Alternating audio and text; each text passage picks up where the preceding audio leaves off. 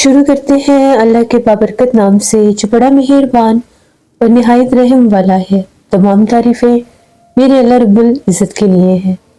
خوفناک کہانیوں کے معزز ناظرین کو میری طرف سے السلام علیکم۔ امید کرتی ہوں آپ سب لوگ خیریت سے ہوں گے، جہاں ہوں گے خوش ہوں گے، اور میرے چینل کی خوفناک کہانیوں کو بہت پسند کرتے ہوں گے۔ اس سردی کے موسم میں آج آپ لوگوں کے لیے ایک اور بہت ڈراؤنی کہانی لائی ہوں جس سے آپ لوگ بہت پسند کریں گے۔ سلسلہ شروع کرتے ہیں آج کی خوفناک کہانیوں کا۔ بڑھتے ہیں آج کی پہلی خوفناک کہانی کی طرف۔ یہ خوفناک کہانی رضا شیئر کر رہے ہیں۔ رضا کہتے ہیں میں میاں والی کا رہنے والا ہوں۔ آج آپ کے ساتھ اپنی زندگی کی ایک بہت ڈراؤنی کہانی شیئر کرنا چاہتا ہوں۔ آج سے 8 سال پرانی بات ہے۔ ہم لوگوں کی جولرز کی شاپ ہے، تو میں ڈے ٹائم جولر اپنی شاپ پر بیٹھا کرتا تھا۔ ایوننگ میں مجھے اپنے باقی کام کاج کرنے ہوتے تھے، جم بھی جانا ہوتا تھا، تو میں تقریباً 8 بجے شاپ سے اٹھ جاتا تھا۔ پھر میرے بڑے بھائی جو ہیں وہ 10-11 بجے تک شاپ پر بیٹھتے تھے۔ تو اسی طرح سے سردی کا ہی موسم تھا، میں اپنی شاپ سے اٹھا، مجھے جم جانا تھا اور اپنے ایک دوست کو بھی ریسیو کرنا تھا۔ میں بائک پر تھا۔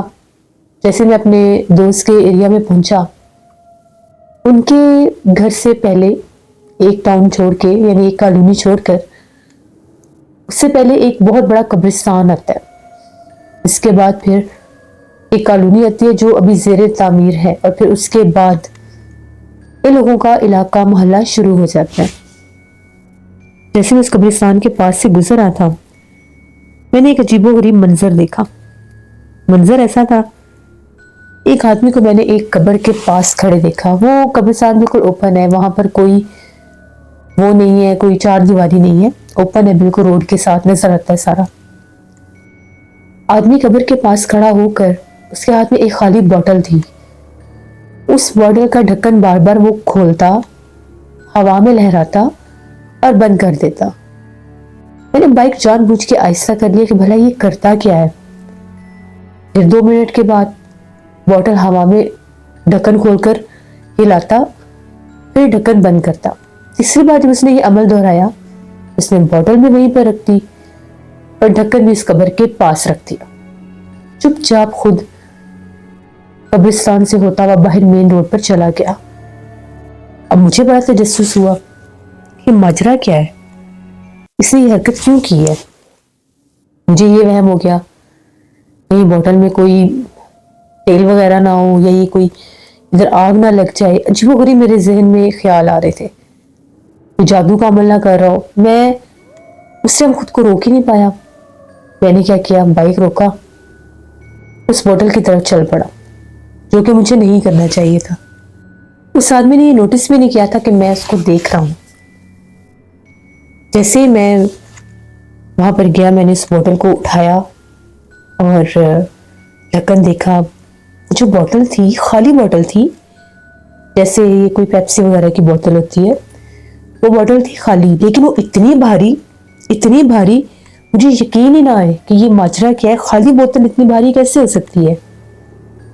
ایک دم سے مجھے جیسے ایک جھٹکا سا لگا، جیسے وہ بوتل اتنی وزنی تھی، میرے جسم کو ایک جھٹکا سا لگا، اور جو بوتل تھی میرے ہاتھ سے چھوٹ گئی اور نیچے جا کر گری، اور وہ اس طرح سے رول ہوتی ہوئی آگے کی جیسے بال گرتا ہے، بال جیسے رول ہوتا ہوا آگے جاتا ہے۔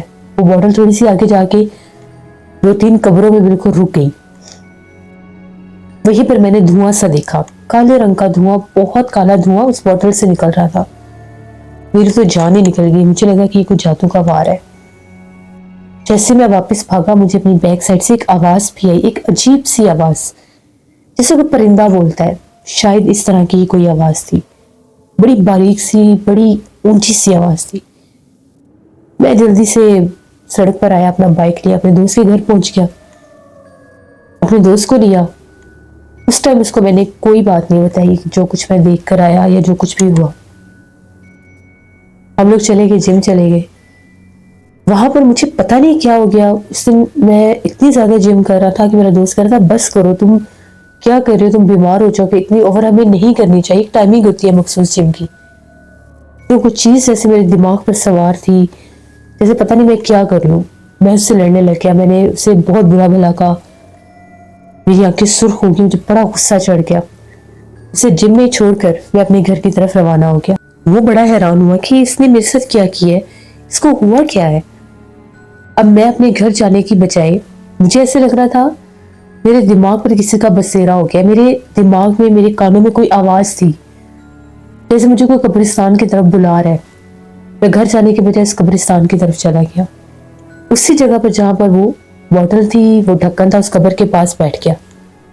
مجھے کچھ پتا نہیں تھا میں کیا کر رہا ہوں۔ گھر والوں نے اس سے فون کیا کہ رات کے 12 ساڑھے 12 ہو گئے ہیں، ابھی تک گھر نہیں پہنچا، وہ کدھر ہے، ہمیں بتاؤ۔ میرے دوست نے بتایا وہ تو کافی دیر کا مجھے جم چھوڑ کر چلا گیا، اور وہ بڑا عجیب بیہیو کر رہا تھا، بڑے غصے میں تھا۔ میں اب گھر جا رہا ہوں تو مجھے تو نہیں پتا وہ کہاں ہے۔ میرا دوست جو تھا وہ پتہ نہیں اپنے کسی اور دوست کے پاس رک گیا ہوگا، ابھی وہ گھر نہیں گیا تھا۔ جیسے میرا دوست قبرستان کے پاس سے گزرا، اسے میرا موٹر بائک نظر آیا۔ اس نے دیکھا کہ میرا بائک وہاں پر کھڑا ہے، وہ بڑا پریشان کہ بائک قبرستان کے باہر کیوں کھڑا ہے۔ جب وہ قبرستان کے پاس آیا، اندر آیا، تو اس نے مجھے وہاں پر بیٹھے دیکھا، جو ہلا جلا رہا تھا۔ اس نے فوراً سے میرے گھر فون کیا اور بتایا کہ یہ ادھر قبرستان میں بیٹھا ہوا ہے۔ میرے ابو بھائی قبرستان میں آئے، وہ لوگ مجھے گھر لے گئے بڑی مشکل کے ساتھ۔ وہ لوگ مجھے جب گھر لے کر گئے، ان لوگوں کو سمجھ میں نہیں آ رہا تھا میرے ساتھ ہوا کیا ہے۔ اب بھائی نے کہا کہ بالکل ٹھیک شاپ سے اٹھا تھا، یہ قبرستان میں گیا کیوں؟ آج سے پہلے اس نے ایسا کچھ نہیں کیا۔ میں بالکل خاموش تھا، بالکل چپ۔ تو مجھے گھر لے کر آئے، میں بالکل خاموش تھا۔ وہ سب میرے سے پوچھ رہے تھے میں وہاں پر کیوں گیا، مجھے کچھ پتا ہی نہیں تھا، بس صرف اور صرف میری آنکھوں سے پانی بہ رہا تھا۔ مجھے کھانا دیا، میں نے کھانا بھی نہیں کھایا، کمرے میں جا کر لیٹ گیا۔ امی بڑی پریشان، امی بار بار آ کر دیکھتی تھی، بار بار آ کر پوچھتی تھی کہ تمہیں کیا ہوا ہے۔ وہ بڑی پریشان تھی، ظاہر بات ہے انہیں کہاں سکون آنا تھا۔ میری آدھی رات کا ٹائم ہوا تو امی کو میرے کمرے سے کسی عورت کے بولنے کی آوازیں آنے لگی۔ امی بہت زیادہ ڈر گئی کہ میرے کمرے سے کسی عورت کی آوازیں کیسے آ رہی ہیں۔ امی کہتی ہیں کہ میں جلدی سے اٹھ کر گئی، اور جب میں نے جا کر دیکھا تو میں نے کیا دیکھا، ایک کالی سیاہ عورت تمہارے سر کی طرف کھڑی ہو کر کچھ پڑھ رہی تھی۔ تو میں نے چیخیں مارنی شروع کر دی، میں جیسے چلائی وہ عورت غائب ہو گئی، اور میں ایسے طرح سے بے ہوش ہو جاتا ہوں، میرا چہرہ بالکل ریڈ ہو گیا تھا۔ امی نے کہا کہ ابھی یہاں پر میں نے ایک عورت کو دیکھا ہے جو یہاں پر کچھ پڑھ رہی تھی، بہت زیادہ کالی سیاہ چہرے والی۔ اب سب بہت زیادہ ڈر گئے کہ پتہ نہیں کیا ہو گیا، یہ ایسا کیوں ہو گیا۔ رات بھر میرے پاس بیٹھے رہے، ابو سورۃ یاسین پڑھتے رہے، امی آیت الکرسی پڑھتی رہی۔ اب جب وہ لوگ پڑھنے کی کوشش کرتے تھے تو وہ کہتے ہیں کہ ہمارا سر بہت بھاری ہو جاتا تھا۔ جب تمہارے اوپر ہم نے پڑھائی کی تو ہمارا سر اتنا بھاری ہو گیا، ہمیں ایسے لگ رہا تھا جیسے کسی نے کوئی پتھر ہمارے سر پہ رکھ دیے ہیں۔ وہ لوگ بھی ڈر گئے، پڑھائی انہوں نے بند کر دی۔ ساری رات سب جاگتے رہے، میں وہی سدھ بدھ، میری حالت بڑی عجیب تھی۔ امی نے کہا پتہ نہیں قبرستان میں اس نے ایسا کیا کیا ہے، کیا دیکھا ہے جو کوئی چیز اس کے اوپر حاوی ہو گئی ہے۔ صبح ہوتے ساتھ امی نے ماموں وغیرہ کو بھی بلا دیا۔ میرے ماموں ایک عامل کو جانتے تھے، میرے ماموں ان عامل کو لے کے 9 بجے تک ہمارے گھر آ گئے۔ جب وہ عامل آئے، ان عامل نے پڑھائی کی۔ وہ عامل نے جب پڑھائی شروع کی، ان کی آنکھوں سے بھی پانی آنا شروع ہو گیا، ان کی بھی جیسے طبیعت خراب ہونے لگی، حالانکہ وہ خود عامل تھے۔ انہوں نے پھر میرے امی وغیرہ کو بتایا کہ اس نے کسی بہت زیادہ سخت عمل والی چیز کو، اس نے کسی ایسی مخلوق کو، کسی جادو کے ایسے عمل کو یا تو توڑا ہے یا یہ اس عمل کے دوران وہاں پر گیا ہے، اس قبرستان میں وہ چیز اس کے اوپر حاوی ہے۔ وہاں پر جس کسی نے بھی وہ عمل کیا ہے، وہ مخلوق اس کے پیچھے لگ گئی، یا تو وہ جادو کسی پر پھینکا گیا تھا یا وہ جادو کسی کا اتارا گیا تھا۔ وہ جو آفت تھی وہ اس کے پیچھے لگی ہوئی ہے، اور یہ ایک بڑی بھیانک چڑیل آفت ہے، جو اس کی حالت ہے جیسے یہ بول نہیں رہا، اس کی آنکھوں سے پانی بہ رہا ہے۔ یہ ٹھیک تو ہو جائے گا، لیکن اس کے لیے بڑی سخت محنت کرنی پڑے گی۔ 3 دن کا عمل کرنا ہوگا مجھے اسی قبرستان میں جا کر، اور معلوم کرنا ہوگا کہ وہاں پر ایسا کیا ہوا تھا۔ ماموں نے سارا کچھ پتا کیا، ماموں کو پتا تھا میرے دوست کا، میرے دوست کے پاس گئے، اس سے بات کی، وہ قبرستان میں لے کر گیا۔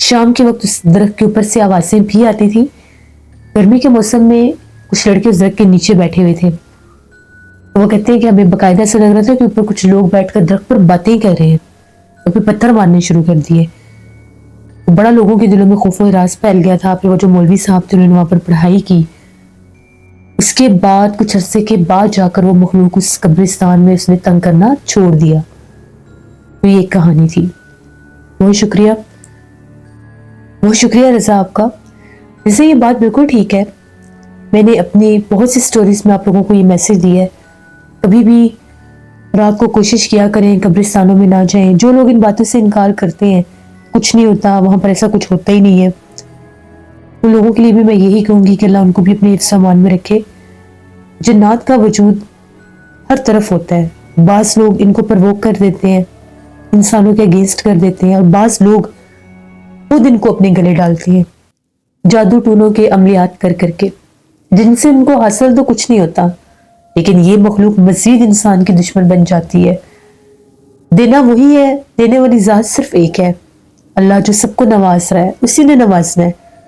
اس کے سوا نہ تو کوئی دے سکتا ہے, نہ ہی کوئی کبھی دے گا کوئی عمل, کیونکہ واحد ذات وہ ہے جو نوازتی ہے. تو اسی سے مانگا کرے, نماز پڑھ کر اپنے حق میں دعا کیا کرے, انشاءاللہ ہر چیز ملے گی. اپنا فیڈ بیک مجھے ضرور دیں. آپ لوگوں کو آج کی خوفناک کہانی کیسی لگی؟ آپ لوگ بھی اپنی خوفناک کہانیاں شیئر کر سکتے ہیں ڈسکرپشن باکس میں دیے گئے ای میل آئی ڈی nushianwar57@gmail.com پر. اس کے علاوہ آپ لوگ مجھے کمنٹ باکس میں بھی سٹوری شیئر کر سکتے ہیں. پرسرار واقعات میں بہت ڈراؤنے واقعات آئیں گے, ضرور وزٹ کریے گا, آپ لوگوں کو پسند آئیں گے. نانا جی کی کہانیوں میں کل سٹوری آئے گی, اس کو بھی وزٹ کریے گا اور سبسکرائب کریے گا. اپنا بہت سا خیال رکھیں. اپنی ڈیروں دعاؤں میں مجھے, میری فیملی, میرے پورے پاکستان کو یاد رکھیے گا. Thank you for listening my stories. Stay tuned. Allah حافظ.